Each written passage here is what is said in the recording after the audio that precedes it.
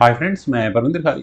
Friends, आज के हमारी गेम रितेश गिल जी की वीडियो सजेशन है और जो गेम उन्होंने बताई है वो है सन 1962 की। और सामने खेलने वाले खिलाड़ी हैं जो आपस में खेल रहे हैं प्रिंस सर्गी सेमेनोविच रुसोव। फ्रेंड्स, थोड़ा बहुत मैंने इनके बारे में पढ़ा है। चेस खिलाड़ी थे और रशिया की रॉयल फैमिली से बिलोंग करते हैं, जार फैमिली जिसको हम बोलते हैं। बेन इनके सामने खेल रहे थे, जैसे चेस प्लेयर रहे हैं। उरुस्सो एक ओपनिंग है, बिशप ओपनिंग का सब पार्ट। मतलब आप ई4 मतलब चलिए कोई नहीं, मैं ऐसे आरू बना देता हूँ। ई4 के बाद ई5, फिर बिशप निकलता है, उसके बाद ब्लैक यहाँ नाइट को निकालता है। मतलब इस तरह की कुछ ओपनिंग है जो इनके नाम पर है। तो काफ़ी अपने समय के प्रभावशाली व्यक्ति भी रहे हैं और प्रभावशाली खिलाड़ी भी रहे हैं। फिर मैं शुरू करता हूँ। यहाँ सर्गी का पहला मूव आया ई4 के साथ और उनके सामने बेन ने रिप्लाई दिया ई5 का। नाइट F3 हुआ, night C6, bishop C4, then खेला गया बिशप C5 और B4 Evans gambit. Bishop takes B4, then जैसे बिशप पर दोबारा अटैक बनेगा, गया वो A5 स्क्वायर पर। इसके बाद खेला गया D4 का मूव, देन ई टेक्स D4 और इसके बाद यहाँ कैसल आया वाइट का। और जो नए लोग हैं, अगर पॉन फर्दर एक्सचेंज होते हैं तो क्वीन कहाँ जाएगी, कुछ इसी तरह से ही हम आगे बढ़ेगी। खैर, नाइट गया F6 स्क्वायर पर, पॉन हाँ बिल्कुल टारगेट पे है, तो E5 ई पॉन आगे पुश कर दिया। तो बेन ने कहा कि ठीक है यार, नाइट पर अटैक बना रहे हो तो मैं आपके बिशप पर अटैक बना रहा हूँ। सिचुएशन देखिए इस तरह की मुझे कॉम्प्लिकेटेड लगती है, लेकिन एक बड़ा बेसिक प्रिंसिपल है। आप जैसे कैसल कर चुके हो तो सामने अटैकिंग पीस ना ही लाऊं तो अच्छा है। अपना गेम इतना स्ट्रांग तो है नहीं जो इन चीज़ों को समझ जाएंगे। यहाँ अगर ई टेक्स F6 किया जाए तो डी टेक्स C4 होगा, मेटल एक्सचेंज इक्वल हो गया। एफ टेक्स G7 के बाद पॉन एक्सचेंज इक्वल हुआ, रुक पर अटैक बना, रुक G8 स्क्वायर पर ऑब्वियस आएगा ही आएगा। और उसके बाद आप क्या करोगे, कब तक बचाओगे गेम को। खैर, तो यहाँ खेला गया ई टेक्स D6। बिल्कुल सर्गी ने इम्पेसेंट किया और ब्लैक को भी इस समय कैसल कर लेना चाहिए था। और उसके बाद फर्दर जब आगे पॉन बढ़ते हैं तो फिर मेटल इलेक्शंस के बारे में सोचना चाहिए था। लेकिन यहाँ खेला गया सी टेक्स D6। रुक से चेक आई, प्रॉब्लम यही है उसमें। नाइट इस चेक से बचने के लिए लगा और उम्मीद की ब्लैक यहाँ ये कर रहा है कि मेरे को मौका मिलेगा, मैं कैसल जरूर कर लूंगा। लेकिन अब कैसल करने का चांस बनेगा नहीं, क्योंकि क्वीन आई E2 स्क्वायर पर। और बिल्कुल आप कैसल करते हो तो नाइट आपके हाथ से निकलता है यहाँ से। क्या करें। अ, चलिए, जो एग्रेशन आपकी गेम में था, क्या आप वो कंटिन्यू कर सकते हैं अब। डी टेक C3 में प्रॉब्लम क्या है, कोई कोई प्रॉब्लम नहीं, मुझे अच्छा मूव लग रहा है। हाँ, अरे वाइट के पास एक खतरनाक मूव है नाइट को मूव करने का। नाइट G7 होगा होगा यहाँ से। अगर ये गेम आगे बढ़ेगी तो फिर किस तरह से ये गेम आगे बढ़ाएं हम। तो ब्लैक यहाँ अपने सी पॉन को आगे पुश करके क्वीन को डिफ्लेक्ट कराने की बात कर सकता है, लेकिन F7 पॉन को तो बचाना मुश्किल हो जाएगा ना। खैर, चलते हैं जरा गेम पर। यहाँ खेला गया D3 का मूव। पहले क्वीन पर डायरेक्टली अटैक बना, बिशप टेक्स D3 खेला गया, देन बिशप आया E6 स्क्वायर पर। बिशप से आई चेक। इस चेक से बचने के लिए क्या करें। देखिए, बिशप बीच में लगाते हैं तो फिर वही कैसल करना खत्म हो जाता है। क्या कर सकते हैं। नाइट C6 बिल्कुल सिंपल ऑप्शन मुझे ज़्यादा अच्छी लग रही है, क्योंकि यहाँ से गेम आगे बढ़ेगी तो वाइट का मूव नाइट G5 फिर भी आना ही आना है। आपको E6 स्क्वायर पर लॉस उठाना पड़ेगा, लेकिन कम से कम किंग तो कैसल सेफ हो जाएगा। Knight take C6, F take C6, queen से चेक, किंग H8 स्क्वायर पर।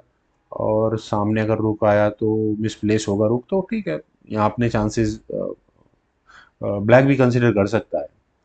लेकिन यहाँ पर खेला गया किंग F8 और किंग के F8 स्क्वायर पर जाने के बाद नाइट गया G5 स्क्वायर पर। नाइट G5 ऑब्वियस है, बिशप को एलिमिनेट करने की पूरी तैयारी होगी। क्या करें। बिशप D5 एक ज़्यादा बेहतर ऑप्शन लगती है। रिस्की मूव लगता ज़रूर है, लेकिन बिशप D5 से आप F7 पॉन को सिक्योर करके चलते हैं, लेकिन बैन को इमीडिएट खतरा तो नज़र नहीं आ रहा। यहाँ खेला गया बिशप D7। बिशप एक्सचेंज की बात हुई है, लेकिन व्हाइट क्यों बिशप एक्सचेंज करने लगा। बिशप C4 हुआ। बिशप के C4 स्क्वायर पर आने के बाद देखिए अटैक वहीं आ रहा है, खतरा F7 पॉन पर भी है, पर ही है। लेकिन अब आप E6 स्क्वायर को भूल जाए, बिशप वहां नहीं जा सकते। लेकिन bishop E8 square passive move है, लेकिन कम से कम खेला जाना चाहिए था। पर D5 करने से देखिए इमीडिएटली लगता है कि यार ठीक है, बिशप का रास्ता बंद होता है थोड़ी देर के लिए तो कम से कम। लेकिन यहाँ खेला गया बिशप A3 और आपका नाइट पर प्रेशर आ चुका है, नाइट पिन भी हो चुका है। क्या डायरेक्टली आप इस बिशप सेक्रीफाइस यानी कि लाइट स्क्वायर बिशप ब्लैक ले सकता है। डी टेक C4 किया जा सकता है, नहीं किया जा सकता, क्योंकि बिशप टेक C7 चेक होगा, आपको क्वीन गंवानी पड़ जाएगी और कुछ नहीं होना वहां से। खैर, दूसरी कोई ऑप्शन सिर्फ ये कि ठीक है यार, पॉन के ऊपर बिशप रखा हुआ है, नाइट जा रहा, जाने दो, किंग को मूव करो, सबसे पहले सेव करो कोई गेम को, बिशप टेक C7 हो गया, कोई बात नहीं, छोड़ो। क्वीन बचेगी, क्वीन को कहाँ बचाए, क्वीन B6 स्क्वायर पर बचा लो ताकि नाइट के साथ डिस्टर्बेंस ना हो। लेकिन ना, ये मूव खेला गया, यहाँ खेला गया knight at F goes to G8, और उसी सिचुएशन में अपने आप को और ज़्यादा ब्लॉक कर लिया है। इसे ब्लैक क्रैम्प नहीं हो जाएगा बिल्कुल। बिशप टेक्स D5 हुआ, नाइट आपका ऑलरेडी पिन है, क्या करोगे इसका यार, कुछ कर नहीं सकते, फ्री पॉन गया आपका। खैर, अब फिर दोबारा मूव किसका आ रहा है फ्रेंड्स, ब्लैक का है। मैं फिर वही बात कहूंगा कि आपके ऊपर खतरा है तो थोड़ा बहुत हाथ पैर मार कर ही देख लो। बिशप G5 में क्या दिक्कत है, देखिए कोई बिल्कुल अटैक बनेगा बिशप पर, वो भी है, और अरे चेकमेट यार, बड़ा बेकार, समझ में नहीं आ रहा मुझे भी। क्वीन हटा लो, F7 पॉन फिर लटक गया बेचारा, क्वीन C8, देन क्या करें, क्वीन एक्सचेंज की बात होगी तो क्या होगा, नाइट टेक्स F7 तो होगा ही होगा, आपका रुक कम से कम आपके हाथ से जाएगा, queen takes C4, bishop takes C4, रुक तो फिर भी गया। खैर वाइट बिल्कुल अच्छी लीड दे चुका है यहाँ पर पोजीशन में। F6 खेला गया, ओके ये भी ठीक है, नाइट पर अटैक है। और अब क्या किया जाए, क्वीन IH5 स्क्वायर पर नाइट लेना है, आपकी इच्छा है, कम से कम रास्ता तो ब्लॉक करूं। फ्रेंड्स अभी इसका इलाज क्या है, सिंपल, सिर्फ एक जी पॉन आगे पुश होना, यही हुआ भी, क्वीन पर अटैक बना। अब हम क्या करेंगे, हमारा दिमाग यहाँ हो जाएगा बंद, हम नहीं चलेंगे आगे मूव, अपने पहले भाई क्वीन बचाओ, उसके बाद देखेंगे कोई मूव होगा तो खेलने के लिए। लेकिन सर्गी को यहाँ एक एडवांटेज नजर आया because of his bishop pair position, बिल्कुल परफेक्ट है, उन्होंने यहाँ किया रुक टेक C7। कैलकुलेशन बड़ी सिंपल है, रुक से चेक और रुक को F8 स्क्वायर पर लेकर जाना, जिससे चेकमेट हो सकती है। अब ब्लैक की ऑप्शंस कितनी है फ्रेंड्स, ब्लैक चाहे तो नाइट से इस रुक को ले सकता है, लेकिन क्या वो वर्क करेगा, अगर यहाँ नाइट एक C7 हुआ तो क्वीन जिस बात के लिए रुकी हुई थी यहाँ पर चेक देने के लिए H6 स्क्वायर पर जाने से, तो अब वो क्वीन जा सकती है H6 स्क्वायर पर, और ये है चेकमेटिंग थ्रेट। अगर आपको नजर नहीं आ रही तो आपको बताए तो किंग के जाने के लिए सिर्फ बचेगा E8 स्क्वायर, किंग के E8 स्क्वायर पर जाने के बाद अब बिशप की एंट्री होगी और किंग अपने ही पीसेज में घिर कर चेकमेट हो चुका होगा। दूसरी कोई ऑप्शन, दूसरा कोई रास्ता, अगर यहाँ क्वीन टेक्स E7 किया गया तो आपको डायरेक्टली क्वीन गंवानी पड़ती है, वो भी चेक के साथ, बिशप टेक्स E7 चेक।